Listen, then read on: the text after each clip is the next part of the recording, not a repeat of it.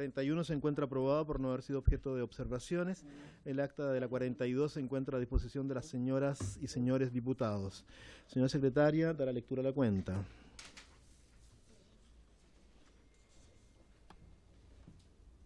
Se ha recibido un correo del señor Vladimir Glasinovich de la Fundación Chile, por medio del cual excusa su participación a la sesión de hoy a las 5:30, ya que se encontrará participando en otro seminario en Santiago comprometido con anterioridad. En todo caso, solicita ser invitado para otra sesión. Se ha recibido una nota del jefe de bancada de la Unión Demócrata Independiente, por la cual comunica que en la sesión de hoy el diputado Noman será reemplazado por el diputado Lavín. Muy bien. Ofrezco la palabra sobre la cuenta. Ofrezco la palabra sobre temas varios. La sesión tiene por objeto continuar con la discusión del proyecto de ley iniciado en moción de las diputadas Flores y Hernando y de los diputados Alinco Álvarez Asensio, José Miguel Castro, Fuensalida Longton, Mata y Noman, que modifica el Código de Aguas en materia de gestión integrada de las cuencas u ollas hidrográficas y de corporaciones gestoras bajo el modelo de federaciones de juntas de vigilancias. Asiste el asesor de la Biblioteca del Congreso Nacional, don Eduardo Baeza, quien se va a referir a la experiencia extranjera sobre gestión integrada de las aguas y el rol de las organizaciones de usuarios y aspectos relevantes de la indicación sustitutiva del Ejecutivo al proyecto de ley de reforma al Código de Aguas, que se encuentra en segundo trámite constitucional en el Senado. Entonces, don Eduardo, le ofrezco la palabra. Muchas gracias, presidente.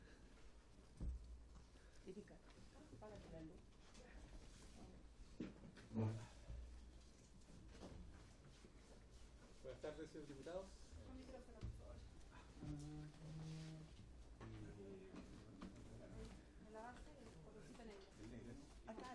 El otro, sobre la base del micrófono. Buenas tardes, señores diputados, señoras diputadas.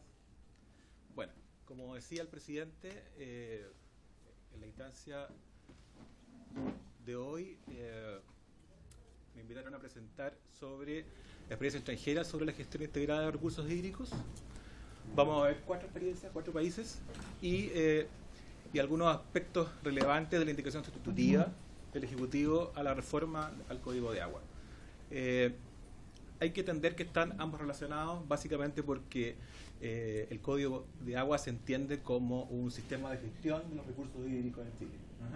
Por lo tanto, cuando hablamos de experiencia extranjera de gestión, vamos a ver cómo se gestiona o cuáles son los sistemas de gestión que operan, digamos, en distintos países.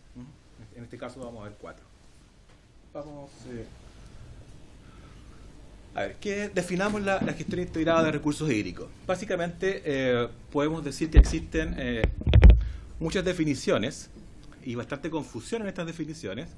No obstante, encontré una que acercaba bastante las posiciones de estas distintas definiciones, y esa dice que se entiende como la gestión integrada de recursos hídricos como una propuesta para gestionar las aguas considerando aspectos económicos, sociales y ambientales. Si uno mira estos 3 ejes, económico, social y ambiental, estamos hablando derechamente de sustentabilidad, ¿no es cierto?, en la gestión de los recursos hídricos.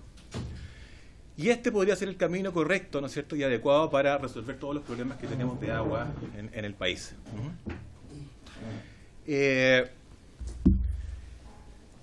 La gestión integrada de recursos hídricos se implementa, como lo dice ahí, en paralelo a la gestión integrada de cuencas, o el manejo de cuencas, considerando la diversidad de los territorios, habitantes y bienestar local. ¿Cuál es la diferencia entre la gestión integrada de los recursos hídricos y el manejo de cuencas? Básicamente, la gestión integrada de recursos hídricos hace alusión más bien a temas institucionales, ¿no es cierto?, y temas administrativos. Y cuando hablamos de manejo de cuencas o manejo integrado de cuencas, nos estamos preocupando de todos los recursos naturales que contemplan, ¿no es cierto?, que están contemplados en esa cuenca. La tercera cosa que es relevante, ¿no es cierto?, en esta gestión integrada y en este manejo de cuencas, ¿no es cierto?, en paralelo, es que se trata de procesos participativos. Por lo tanto, en definitiva, el tema que está en discusión ahora en el proyecto actual de la participación, ¿no es cierto?, de las organizaciones de usuarios de agua es relevante porque, por definición, debe ser un proceso participativo, ¿no es cierto?, donde participan distintos actores públicos y privados. donde el tema de la coordinación es extremadamente relevante. Bueno, vamos a la experiencia comparada. Por ejemplo, acá en el caso de Estados Unidos, específicamente en el estado de Arizona, las características del sistema de gestión de recursos hídricos, lo más relevante es no perder una sola gota de agua, ¿cierto? Como lo hacen los israelitas. Y para no perder una sola gota de agua se requiere educar a la población, se requiere introducir una cultura de ahorro, una cultura de reuso de los recursos hídricos, una cultura de reinfiltración de acuíferos. Actualmente, por ejemplo, con todos estos planes, ¿no es cierto?, a nivel del estado de Arizona, básicamente tienen reservas para 200 años, aplicando todas esas estrategias. Otra característica es el equilibrio de la política de agua entre la sustentabilidad y el desarrollo económico. Es básico, ¿no es cierto? Es decir, la variable económica y la variable sustentabilidad, ¿no es cierto?, es fundamental en este sistema de gestión. Y existe un organismo que tiene el rol de un ente regulador, que es el Departamento de Recursos Hidráulicos de Arizona, pero que requiere a la vez, ¿no es cierto?, de instituciones locales para gestionar los territorios acordes con la realidad propia, ¿no es cierto?, de cada uno de ellos. Si tuviéramos que definir este sistema de gestión y el rol que cumple este departamento y las instituciones locales, podríamos hablar de una arquitectura institucional multicéntrica e interdependiente, es decir, interdependencia entre los entes locales, ¿no es cierto?, y el ente regulador central, donde ninguno prima por sobre el otro, es decir, tienen responsabilidades bien definidas, ¿no es cierto?, y tienen sus autonomías y son interdependientes unos de otros. En el caso de Australia, ¿cuáles son las características del sistema de gestión? Primero que nada, incorpora la limitación en la asignación de derechos de agua como algo relevante dentro del sistema de gestión. Y esto incluye no solamente el agua superficial, sino que además las subterráneas. Los derechos de agua privados son privados y altamente transables en muchas de las cuencas. La característica de los mercados son bastante activos, es decir, son mercados dinámicos, y por ende esto es contrario a los mercados especulativos, ¿no es cierto?, que existen en nuestro país.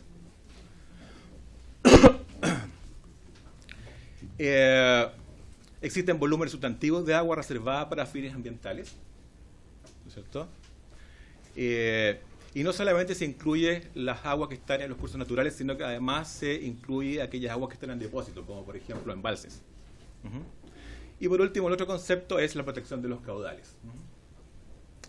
Existe un amplio entendimiento de la gestión integrada de cuencas, lo cual es bastante relevante, digamos, desde el punto de vista de la gestión. Y existen varias organizaciones bien coordinadas, gubernamentales y no gubernamentales, con responsabilidades bien definidas en materia de gestión de los recursos hídricos. Estas operan en 3 niveles: estatal, intergubernamental y federal. Por lo tanto, operan, ¿no es cierto?, a distintos niveles y cada uno con responsabilidades bien definidas. Francia, en el caso de Francia, la gestión y planificación de los recursos hídricos también está en 3 niveles, y en cada uno de esos 3 niveles existe un nivel nacional donde hay un comité nacional, ¿no es cierto?, de agua. Si ustedes se dan cuenta, ahí hay una serie de representantes, ¿no es cierto?, dentro de este Comité Nacional de Agua. Están los usuarios, hay autoridades locales, hay administradores de agua, expertos, presidentes del comité de cuenca, etc. Y las funciones también son bastante diversas. Existe, por ejemplo, en la definición de políticas, ¿no es cierto?, y en la definición de regulaciones adecuadas, ¿no es cierto?, una participación y asesoría directa en estas materias.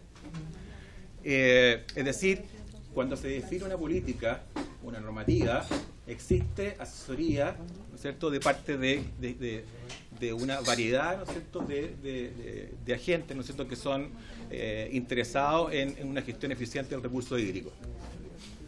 Pero no solamente a nivel de regulaciones, sino que además participan en la fijación de los precios del agua, también participa a nivel de los servicios nacionales de abastecimiento de agua y saneamiento, es decir, sanitarias. Participa también a nivel de pesca y manejo de información hídrica. A nivel de las grandes cuencas hidrográficas también existen comités. En Francia son 6 grandes cuencas hidrográficas y existe un comité, ¿no es cierto?, de cuenca hidrográfica para cada una de esas cuencas. Y la función principal de estos comités de cuenca son elaborar planes maestros, ¿no es cierto?, de aprovechamiento y gestión del agua de estas cuencas. Básicamente hay un cambio de nombre, ya que al pertenecer a la Unión Europea, ¿no es cierto?, y al estar la Directiva Marco del Agua rigiendo, ¿no es cierto?, los destinos de las aguas en Europa, básicamente se le cambió el nombre a planes de gestión de cuencas hidrográficas en la actualidad. A nivel local, hablemos de afluentes, subcuencas o acuíferos, están comisiones locales de agua, es decir, si ustedes se dan cuenta, existen organismos encargados a cada uno de estos niveles, como ya lo hemos comentado, y en estas comisiones locales elaboran los planes locales de aprovechamiento y gestión de agua, y además existen organismos intermunicipales que también pueden realizar, ¿no es cierto?, estudios y trabajar a nivel de las subcuencas. Bastante diverso, ¿no es cierto?, en los distintos niveles.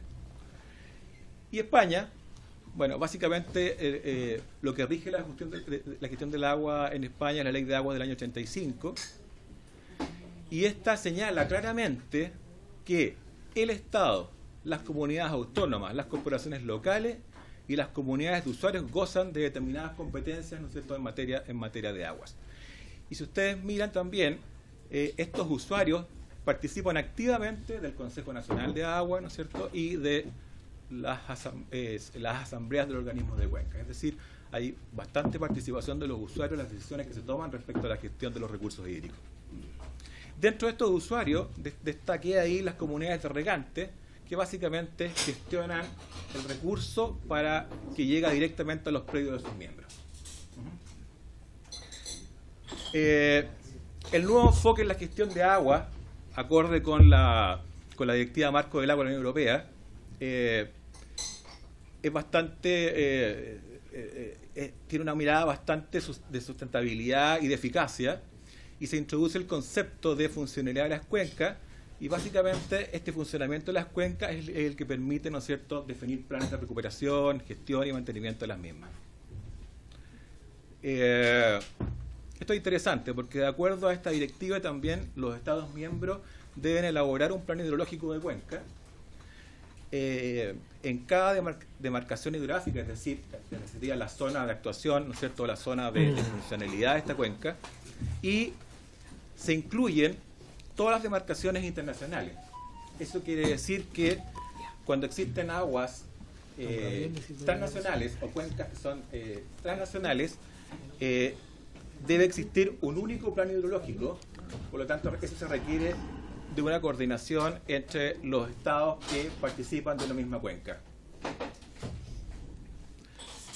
En conclusión, de lo que hemos señalado hasta ahora y de esta experiencia, es que en definitiva, para gestionar los recursos hídricos se requiere de la participación activa de todos los actores, ¿no es cierto?, interesados en las aguas, llámese actores públicos y privados, los cuales debieran estar bien coordinados y una institucionalidad bien conformada. Eso es básicamente la receta, entre comillas, que nos entrega la experiencia internacional y que ojalá en Chile podamos replicar, ¿no es cierto?, y aprender de que en definitiva no sacamos nada con tener una institucionalidad que sea muy dispersa en términos de funciones, ¿no es cierto?, y que esté poco coordinada. Porque cualquier cosa que hagamos en gestión, por supuesto, va a ser ineficiente en términos generales.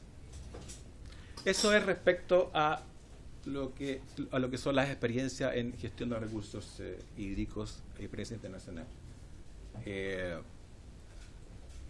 pasando al segundo tema que nos convoca hoy la tarde, yo quise hacer acá un mapa conceptual, que algo yo había comentado la vez anterior, que había conversado con ustedes en esta comisión, o había expuesto en esta comisión sobre la materia.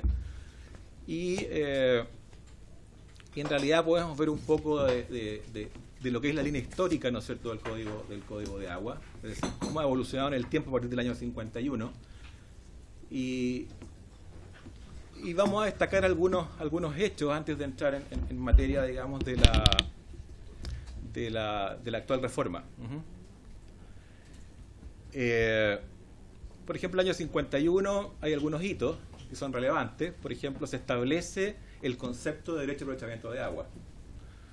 Se establece también otros conceptos, como es la libre disposición, ¿cierto?, la transferibilidad, ¿cierto?, de derechos de agua. Y era un código de aguas bastante liberal, ¿ah? Es decir, nació formalmente un mercado, ¿cierto?, de derechos de aprovechamiento de agua, básicamente porque se regían estos derechos acorde con lo que dictaba el Código Civil en términos de los bienes privados, es decir, eran bienes transables, ¿no es cierto?, y transferibles. Por lo tanto, nació, ¿no es cierto?, fueron los primeros indicios de un mercado del agua en el año 51 ya. Luego, en el año 67, esto cambió, ¿no es cierto?, con la reforma agraria, donde en definitiva había un enfoque de uso del agua, es decir, terreno asignado, ¿no es cierto?, con su agua, por lo tanto había obligación de usar esa agua en temas productivos, ¿no es cierto?, de ese suelo. Y por ende, como había una relación directa entre el agua y la explotación de ese suelo, estaba prohibida la cesión de los derechos de agua, ¿ya? Totalmente contrario a lo que pasó en el año 51, ¿no? No obstante, pasaron algunas cosas entre medio, ¿no es cierto? Está la Constitución política del año 80, ¿no es cierto?, con su famoso artículo 19, número 24, ¿no es cierto?, donde se reconocen los derechos de aprovechamiento de agua y la propiedad de estos, y se fortalece nuevamente el concepto del derecho de aprovechamiento de agua y el mercado del agua. Abunda el criterio económico en las decisiones que se tomen sobre la materia, sobre todo en materia de asignación de los derechos. Y como existe un mercado bastante liberal, por supuesto, empiezan las distorsiones y fallas. Ajá. Además, es un mercado que carece de información adecuada para tomar buenas decisiones, ¿no es cierto?, en este mercado. Venta y compra, digamos, de derechos. Y los problemas que traen estas distorsiones y fallas, que ya los conocemos y ustedes lo han discutido bastante en esta comisión, es el tema del acaparamiento, especulación, ¿no es cierto?, y sobreotorgamiento. Eso ya lo hemos discutido bastante y son un poco el producto de estas distorsiones y fallas en los mercados de agua. Luego, este Código de Agua del 81, ¿no es cierto?, sufre una modificación, una reforma el año 2015, en una ley que es la 20.017, y se introduce el concepto de caudal ecológico, y más relevante aún es el concepto de patente por no uso del agua. Eso pasó, ¿no es cierto?, el año 2015 con esta reforma. Y en la actualidad, ¿no es cierto?, está la nueva reforma, que ustedes la pueden ver en el boletín 7543-12, que es lo que nos convoca, ¿no es cierto?, hoy. Ajá. No obstante, igual ya se ha reformado el Código de Aguas con la Ley 21.064 del año 2018, ¿no es cierto?, el año pasado, fue publicada, y esa dice relación básicamente con todo lo que tiene que ver con sanciones, ¿no es cierto?, mediciones y temas de control de gestión, ¿no es cierto?, de la explotación de los acuíferos. No obstante, esta ley se quedó bastante chica, ¿no es cierto?, porque básicamente estas mediciones se iban a hacer en base a mucha tecnología, y resulta que la tecnología está con bastantes planes pilotos, y la verdad es que uno le ha perdido el hilo a cómo están estos planes pilotos, ¿no es cierto?, usando la tecnología para poder medir, ¿no es cierto?, la extracción de estas aguas y poder transferir esa información a la Dirección General de Agua, ¿no?, para la toma de decisiones, ¿no es cierto?, respecto a ello. Lo otro es que, como esto, la idea era incrementar la fiscalización, se encontraron con la sorpresa que existían múltiples puntos de extracción a fiscalizar, y por ende el tema de fiscalización también se quedó corto. Bueno, vamos a ver qué pasa, la verdad, con ese tema. Y volviendo a la reforma fundamental, ¿no es cierto?, que es el boletín 754312, básicamente los ejes fundamentales que están ahí citados es el cambio de la palabra, ¿no es cierto?, del concepto de dueño por titular, ¿no es cierto?, pensando en que ya no son derechos perpetuos, son derechos temporales a un tiempo de máximo 30 años, vía concesión. El cambio de la palabra dominio por goce y uso, son cambios bastante relevantes. Sale, ¿no es cierto?, el concepto de libre disposición, ¿no es cierto?, del derecho de agua, del aprovechamiento de agua. Se definen claramente las funciones, ¿no es cierto?, del agua y la prelación de esta, es decir, son tres funciones. Hay una función, ¿no es cierto?, que es de subsistencia, la función de preservación ecosistémica y la función productiva. Eso queda claramente definido en esta reforma. El tema del derecho temporal, ¿no es cierto?, el perpetuo, que ya les decía, y se incorpora el tema de la extinción y la caducidad, ¿no es cierto?, de los derechos de aprovechamiento. Entiende esa extinción básicamente por no uso de los derechos otorgados, y la caducidad se entiende como la no inscripción, ¿no es cierto?, de esos derechos en el conservador de bienes raíces, y la posterior información del conservador a la DGA, para el catastro público de agua. Bueno, eso es básicamente lo que incluye esta reforma, básicamente acá el entorno actual está descrito ahí, y por qué son necesarios estos cambios. Básicamente porque hay un problema de escasez hídrica, y la escasez hídrica es distinto a la sequía. La sequía es un tema climático, ¿no es cierto?, y la escasez hídrica tiene que ver con un tema de oferta y demanda. Y cuando hablamos de oferta y demanda estamos hablando de lo que está ahí situado en el entorno actual, que es un tema de disponibilidad de agua decreciente y una demanda de agua creciente en el tiempo. ¿Y por qué crece esta demanda? Básicamente porque la población crece, porque la economía crece, ¿no es cierto?, porque hay mayor demanda ambiental y hay demanda por otros usos. Por lo tanto, ¿cuál debiera ser la respuesta, ¿no es cierto?, para enfrentar este problema de la escasez hídrica?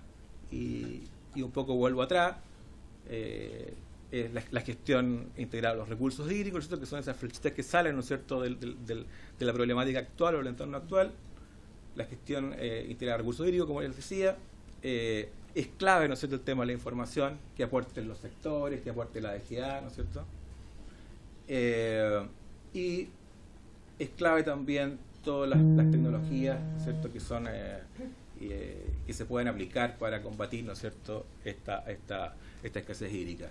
El tema de los embalses, el tema de la infiltración de acuíferos, que también lo hemos conversado, el tema de reuso de aguas, tratamiento de aguas, por ende, el fomento de las RNC, ¿no es cierto?, para bajar, ¿no es cierto?, la demanda de agua del sector hidroeléctrico, y una cosa que iba a presentar Fundación Chile, creo que hoy día, y no pudieron, que es el tema, yo escuché esa presentación y también la leí, y la verdad es que ellos apuntan a un concepto muy interesante, que es el concepto de eficiencia hídrica. No sé si ustedes han escuchado hablar de eficiencia energética, ¿ya? Por eso que lo encontré interesante, porque la eficiencia energética se dice que es la energía más limpia de todas, porque no requiere uso de ningún otro recurso, digamos, ninguna fuente de producción de energía, y además no tiene emisiones. O sea, haciendo eficiencia uno no contamina, ¿ya? Y por ende no tiene ningún efecto sobre la atmósfera y no hay cambio climático, ¿no? O no aumenta el cambio climático. Si llevamos eso a la eficiencia hídrica, es un tema tremendamente relevante. Considero que lo que hizo el aporte de Fundación Chile es muy interesante, pero yo me quedé con ganas de la segunda patita, porque para hacer eficiencia energética, por ejemplo, se requiere definir indicadores. Indicadores a nivel nacional, a nivel sectorial y a nivel subsectorial. Por lo tanto, el nivel de agregación, ¿no es cierto?, de estos indicadores debe responder a estos sectores, subsectores, ¿no es cierto?, y la nación toda. Entonces, imagínense lo que significa hacer eficiencia hídrica cuando básicamente los indicadores no están todavía definidos como corresponde, sino que hay algunos indicios sobre algunos indicadores, pero hay que hacer todo un trabajo de definición de indicadores para poder hacer eficiencia hídrica, ¿ah? Pero como concepto, como idea, me parece extraordinario. Bueno, vamos, ya hay varias cosas que los dijimos, así que me voy a centrar en algunas cosas generales, ¿ah? La reforma del Código de Agua, ¿no es cierto?, tiene una serie de líneas y énfasis. Vamos a hacer una especie de recordatorio. Se prioriza, ¿no es cierto?, la función de subsistencia, que básicamente es acceso, ¿no es cierto?, de la población al agua potable, ¿no es cierto?, y saneamiento. Eso fundamentalmente.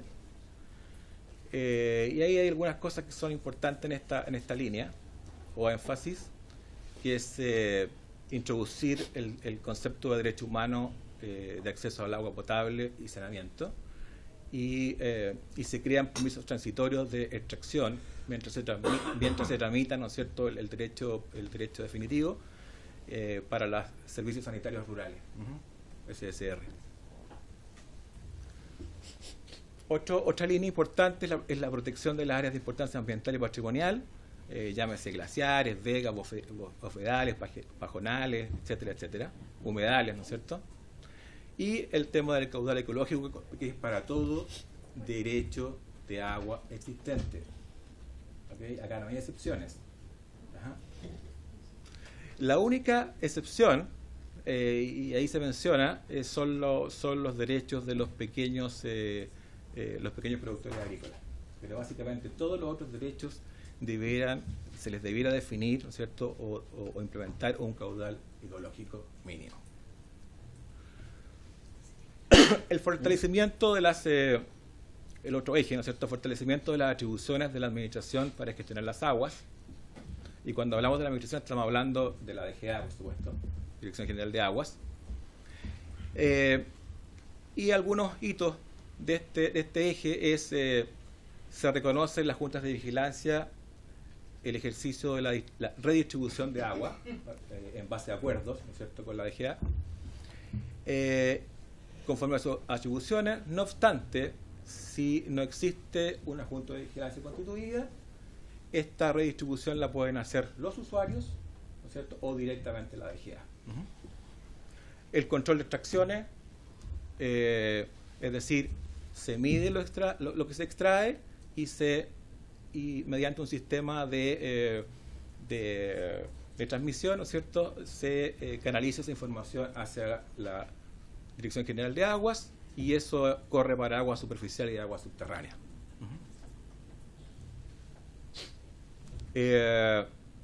Se fomenta el uso eficiente de las aguas. Bueno, ahí se habla del agua del minero, que las aguas allá deben ser informadas a la DGA, ¿no es cierto?, y ella va a resolver en un plazo definido en la reforma. Y otra cosa que es relevante es que se duplica el valor del cobro de patente, ¿no es cierto?, por no uso de esas aguas, cada 5 años de manera consecutiva. Otro eje relevante es la construcción de mayor seguridad hídrica, y para eso es fundamental la inscripción, ¿no es cierto?, la inscripción de los derechos de aprovechamiento de agua, y ahí se definen los plazos, ¿no es cierto?, 15 meses en general y 5 años para el caso de los pequeños agricultores, para regularizar los derechos. Acá les quería mostrar porque esta discusión, por lo menos yo la sigo desde que estaba en la Cámara, en la Comisión de Recursos Hídricos de la Cámara, ¿no es cierto? Actualmente ustedes saben que está en segundo trámite, ¿no es cierto?, en el Senado, pasó por Recursos Hídricos y ahora está en Agricultura. Pero en todas estas instancias hubo varios actores, ¿no es cierto?, diversos actores que se presentaron en las comisiones a exponer sus puntos de vista y hicieron observaciones a esta propuesta de reforma. Y ahí pueden tener un panorama general de todos aquellos que vinieron, ¿no es cierto?, en las distintas instancias, primer trámite, segundo trámite, que se han presentado, ¿no es cierto?, a exponer su posición. Pero lo interesante no es tanto nombre, sino que más o menos ver las coincidencias de esas observaciones. Es decir, a todos estos actores, ¿qué es lo que más les preocupa, ¿no es cierto?, que están definidos ahí en la lista del 1 al 7, del 1 al 6 fundamentalmente, y cuál es el porcentaje de coincidencia en estas observaciones entre estos diferentes actores. Y si ustedes se dan cuenta, lo que más preocupa desde el punto de vista de la coincidencia a todos estos actores es que no se afecten los derechos de agua constituidos, los existentes, ¿ya? Y eso está en el artículo 1 transitorio, en la reforma. El 70% de coincidencia en ese aspecto. Por lo tanto, si lo miramos desde ese punto de vista, mientras la reforma no afecte los derechos constituidos, que está garantizado en el artículo transitorio, no habría problema tanto problema, ¿no es cierto?, con lo que se presenta en esta reforma al Código de Agua. Los otros factores, por ejemplo, que son importantes, que están por sobre el 50%, podríamos hablar del establecimiento de los caudales ecológicos. También es un tema que preocupa, ¿no es cierto? Básicamente es un tema que preocupa porque no todas las cuencas son iguales. Es definir un caudal ecológico general o con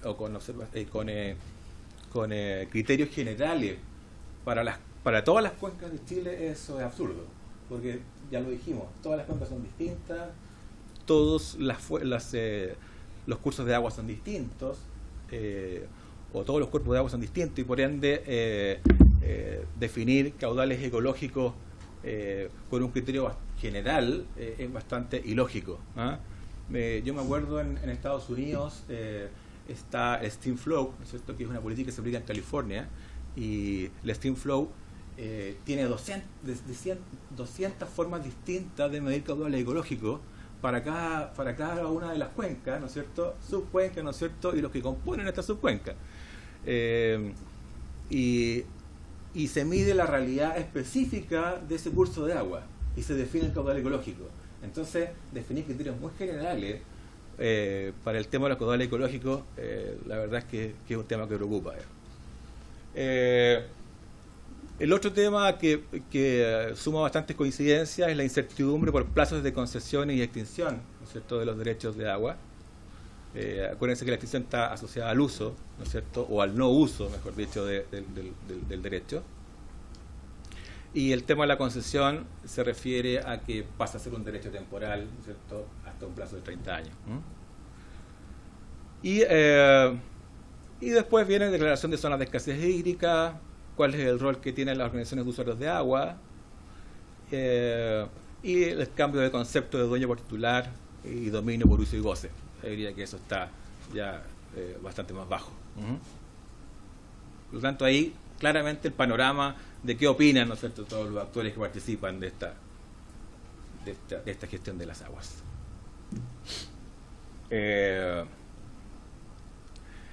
Vámonos al tema de la indicación ahora, sustitutiva del Ejecutivo. Ahora, si uno lee o mira lo que hay actualmente en el segundo trámite legislativo en la Comisión de Agricultura, la verdad es que ha habido 3 instancias de indicaciones. Una es esta, la que estamos viendo en pantalla, que es la del Ejecutivo, la de enero de este año. Están las indicaciones de los miembros de la Comisión de Agricultura y y hay una segunda indicación del Ejecutivo de julio de este año. En esencia, básicamente dicen lo mismo. Yo diría que definen o redefinen algunas cosas de forma, fundamentalmente.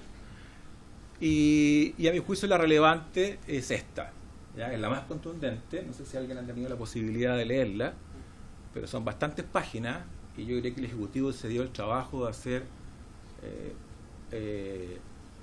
cambios fundamentales y esenciales a lo que venía como proyecto de reforma del Código de Aguas desde la Comisión de Recursos Hídricos del Senado.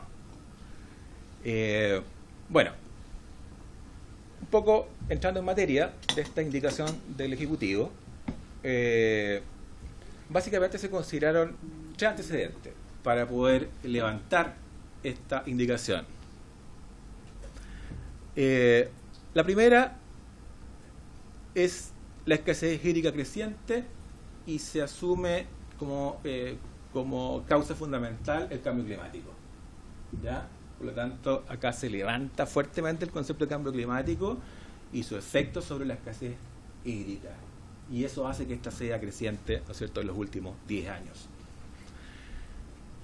El otro antecedente que se consideró son las falencias de gestión de los recursos hídricos. Y ustedes podrán ver, cuando uno lee el texto, que gran parte de la responsabilidad, ¿no es cierto?, en cuanto a los problemas de agua, dice en relación, o se explican en relación a una mala gestión, a una gestión deficiente. Sobre todo en esta indicación, queda súper claro que se le atribuye a la mala gestión los problemas de agua que tenemos en Chile. Y tercero, es la visión del Ejecutivo respecto al Código de Agua. Veamos. ¿Cuáles son los objetivos y propuestas centrales de esta indicación? Seguridad hídrica. Y la seguridad o la certeza hídrica tiene que ver con el acceso al agua de los propietarios de derechos de agua, de aprovechamiento de agua, que se garantice el acceso al agua. El segundo punto relevante es la certeza jurídica, ¿no es cierto? Es decir, acá la propuesta, y yo diría que acá está el corazón, a mi juicio, de la indicación. Y que rompe un poquito con la esencia de lo que venía de la comisión anterior de recursos hídricos. Porque la certeza jurídica, acorde con esta indicación, se garantiza, uno, manteniendo la duración del derecho de aprovechamiento de agua, es decir, que sea un derecho perpetuo, siga siendo perpetuo. Por lo tanto, el tema de concesiones a 30 años máximo, la verdad es que ellos dicen que no, porque eso genera incerteza jurídica. Por lo tanto, la idea de esta indicación es que se mantenga la perpetuidad del derecho. Lo otro es la transferibilidad o la disponibilidad, la libre disponibilidad. Es decir, ¿se acuerdan que yo les decía anteriormente que dentro de la reforma que venía desde la Comisión de Recursos Hídricos salía el concepto de libre disponibilidad? Y acá se reincorpora la transferibilidad o libre disponibilidad para garantizar certeza jurídica. Esa es la explicación. Y lo otro, que también sale, es la no caducidad del derecho a obtenimiento de agua por no inscripción. ¿Se acuerdan que decíamos que venía del proyecto inicial, ¿no es cierto? Venía que el derecho caducaba cuando no se inscribía en los plazos definidos, ¿no es cierto?, en la reforma. Pero acá dice que la indicación dice que no a la caducidad del derecho. Otro objetivo y propuesta central es la prioridad, ¿no es cierto?, del consumo humano. Ahí se mantiene un poco la esencia de lo que ya veníamos hablando, ¿no es cierto?, en términos de reforma. La gestión sustentable de las aguas también se mantiene, ¿no es cierto?, ese concepto de sustentabilidad. La promoción de los usos no extractivos, es decir, con fines de conservación. que también venía, ¿no es cierto?, de la reforma inicial. El fortalecimiento de las organizaciones de usuarios de agua, que también, ¿no es cierto?, viene de la reforma anterior, de la reforma inicial. Y acá una cosa muy interesante, que es la agilización de los trámites, es decir, todos aquellos trámites relativos a los derechos de aprovechamiento de agua, desde su asignación, ¿no es cierto?, o de su transferencia posterior. Y todos aquellos trámites relacionados también con las obras hidráulicas, es decir, agilización de trámites. Y acá la tecnología pasa a ser relevante, ¿no es cierto?, cuando uno lee el texto de este objetivo.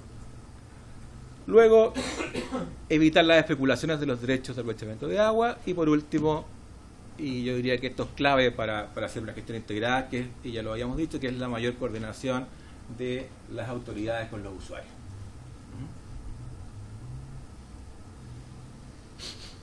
Pero para el cumplimiento de estos objetivos e implementación de manera eficiente de la propuesta, y acá vienen cosas bastante interesantes, pero que requieren de bastantes recursos también, que es creación de diversos entes de apoyo.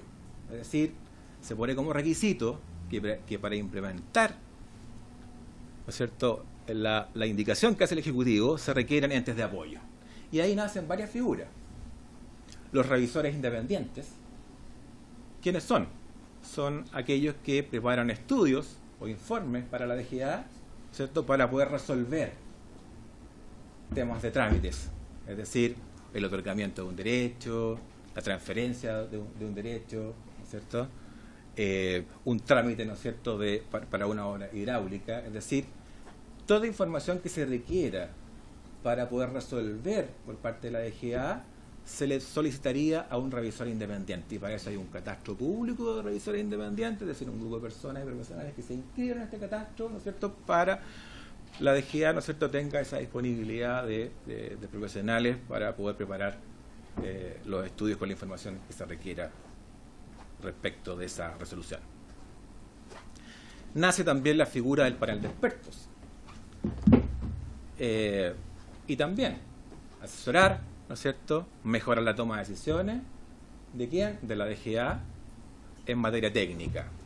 En materia técnica, ¿para qué? Para garantizar la sustentabilidad, ¿no es cierto?, del uso de los recursos hídricos. Por lo tanto, se requieren expertos.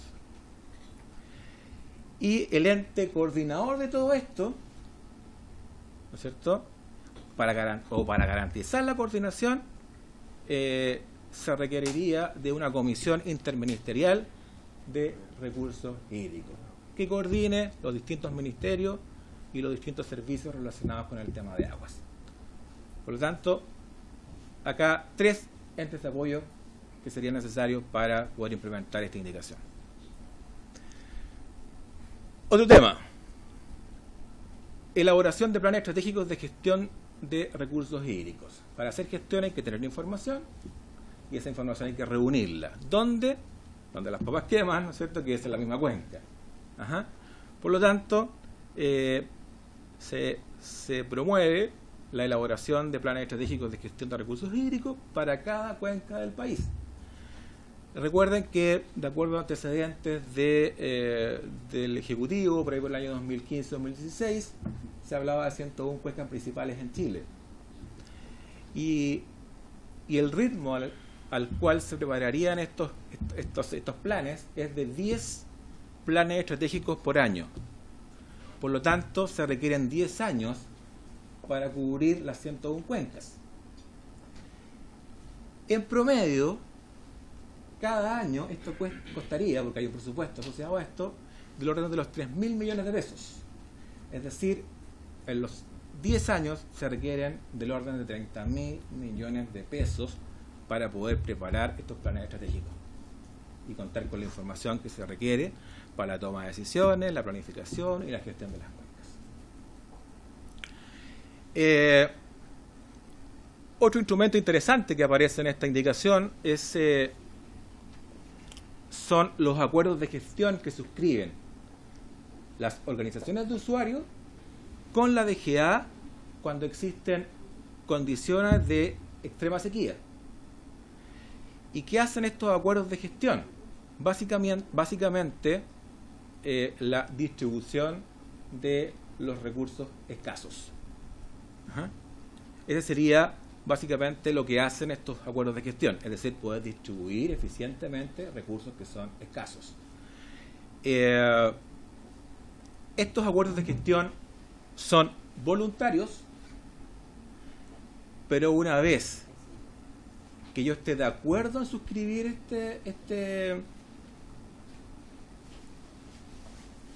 voy a cambiar la palabra porque si no voy a ser recurrente. Una vez que una organización de usuarios esté de acuerdo con suscribir con la DGA, ¿no es cierto?, un plan de gestión, es de obligatoria implementación. ¿Ok? Es voluntario el acuerdo, pero una vez que lo suscribí, ¿no es cierto?, lo debo implementar de manera inmediata. Y otro requerimiento importante son fondos y la elaboración de reglamentos especiales, que son 6. Es decir, se requieren la elaboración de 6 reglamentos especiales para la elaboración de para la implementación de esta indicación. Y cuando hablamos de reglamento, de los que yo recuerdo en este momento, un reglamento para armar los planes estratégicos, un reglamento, ¿no es cierto?, que defina cómo se hace este acuerdo de gestión, ¿no es cierto?, entre los usuarios y la DGA, un reglamento que proteja, ¿no es cierto?, a los socios minoritarios en términos de derechos dentro de una junta de vigilancia, por ejemplo. Es decir, 6 reglamentos que en definitiva garanticen que esta propuesta, ¿no es cierto?, se puede implementar sin problema. Y eso básicamente sería lo que tenía que comentarles hoy día respecto a estas dos materias, experiencia comparada en gestión y el tema de la indicación del Ejecutivo al proyecto de reforma del Código de Aguas. Muchas gracias, don Eduardo. Ofrezco la palabra. Por favor. Quisiera que si pudiera ahondar en... Hizo una comparación de los indicadores de gestión de eficiencia energética con indicadores, posibles indicadores de gestión de eficiencia hídrica. Entonces, si pudiera profundizar un poco más y si hay algunos ejemplos de ese tipo de indicadores, eso, en definitiva. Me quedo dando vuelta cómo poder bajar a terreno el poder establecer estos indicadores que pudieran ser medibles, valga la redundancia, pero además poder, así como están los PMU, poder PMG se llama, perdón, PMG, que pudieran también ser sujetos de incentivos, no sé, en el fondo que podamos no solamente medir, sino que efectivamente tengan una incidencia en la eficiencia hídrica. Diputada Hernando. Gracias, presidente. Por su intermedio, preguntarle si tuvo acceso o alguna estimación respecto de los tiempos de este proyecto de la reforma que está en el Senado, porque entendemos que ya pasó a agricultura, pero lleva harto tiempo en agricultura. ¿Cuánto tiempo lleva? ¿Qué urgencia tiene? ¿Y cuándo se estima que esta cosa podría volver a su tercer trámite? Diputado Álvarez. Gracias, presidente. Solamente si me puede especificar de forma más clara la diferencia entre un mercado activo y un mercado especulativo. Don Eduardo.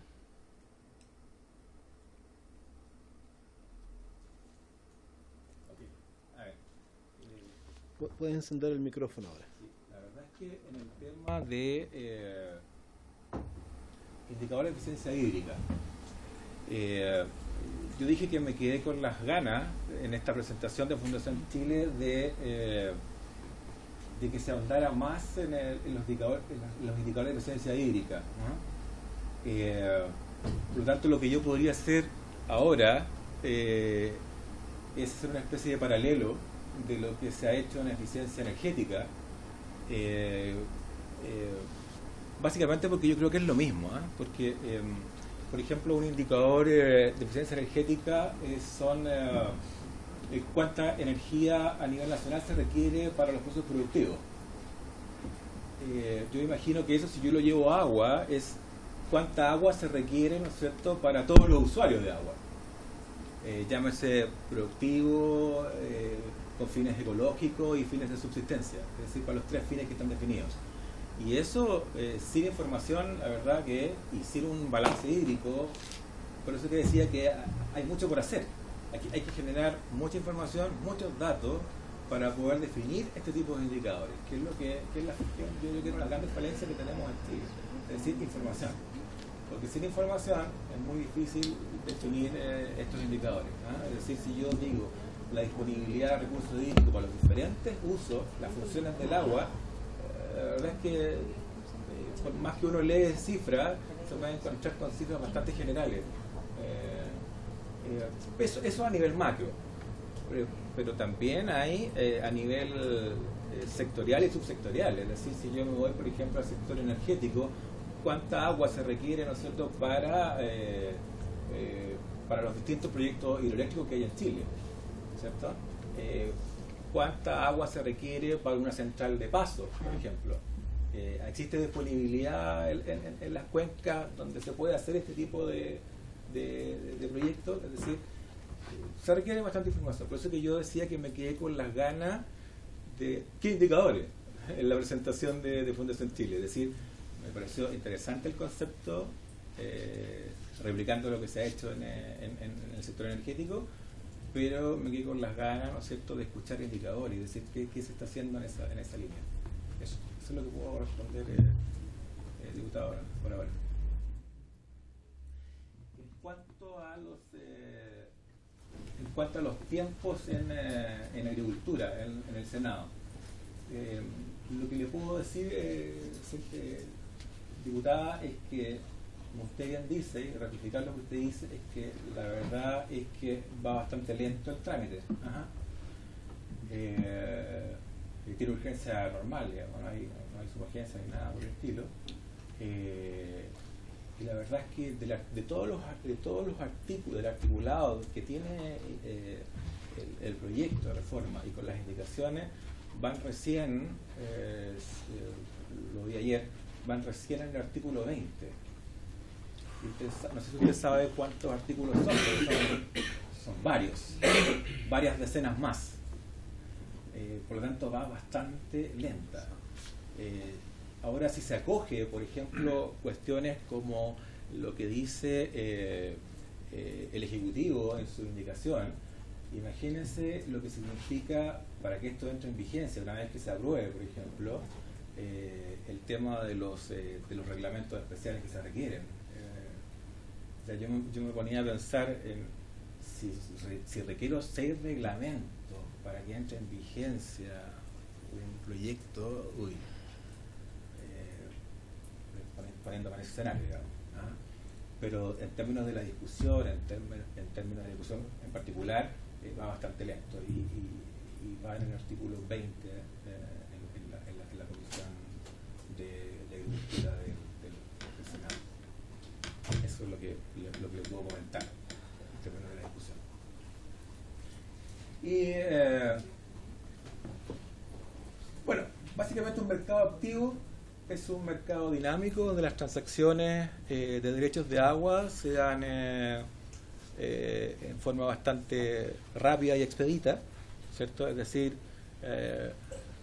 hay un ente que vende los derechos y un ente que los compra, y la transacción es bastante expedita en términos concretos. Eso es un mercado dinámico, ¿ya? Es un mercado que cuenta con información, ¿no es cierto? Bastante información, y por ende el tema de los precios está bastante aterrizado. El mercado especulativo es todo lo contrario. Primero que nada, es un mercado con poca información, por ende el tema de los precios es bastante diverso, por decirlo de alguna forma. Es decir, si uno mira en el caso chileno la información que arroja el Conservador de Bienes Raíces, o la poca información, porque en definitiva no todos los derechos están registrados en el conservador, ¿no es cierto? Estamos hablando de 1/3, por lo tanto, esa muestra yo diría que no es tan representativa de los precios que tienen los derechos en términos más reales. Ajá. Además, se genera una especie de escasez de derecho cuando yo solicito un derecho, no uso ese derecho, especulo con ese derecho y eso me distorsiona los precios. ¿Ah? Es decir, por lo tanto, ese es un mercado especulativo. Yo diría que es lo contrario a un mercado activo y dinámico con información para poder hacer transacciones en forma expedita. Muchas gracias, don Eduardo Mesa. Ofrezco la palabra. Le agradezco mucho la presentación, ¿ya? Debe ser súper buena. Seguiremos trabajando con usted. Tenemos ahí dos temas: el tema del proyecto que tenemos sobre Cuenca, ¿cierto? Sobre manejo integrado de Cuenca, y tenemos este otro del que hay que estar ya mirando, pero no sabemos en realidad cuándo va a venir del Senado. Muchas gracias, don Eduardo, por estar acá con nosotros. Quería pedirle si podíamos invitar para la primera semana de agosto, porque como no sabemos qué va a pasar el próximo miércoles, ya de septiembre, Sí. al señor Cristian Frente, ingeniero forestal, coordinador de sitio de estudios socioecológicos de largo plazo del Instituto de Ecología y Biodiversidad, para que trabaje sobre el tema de la importancia del manejo de cuencas en relación con el proyecto de ley que estamos viendo. Y ahí está el teléfono y todo eso. Muchas gracias por haberse cumplido el motivo de esta citación. Se levanta la sesión.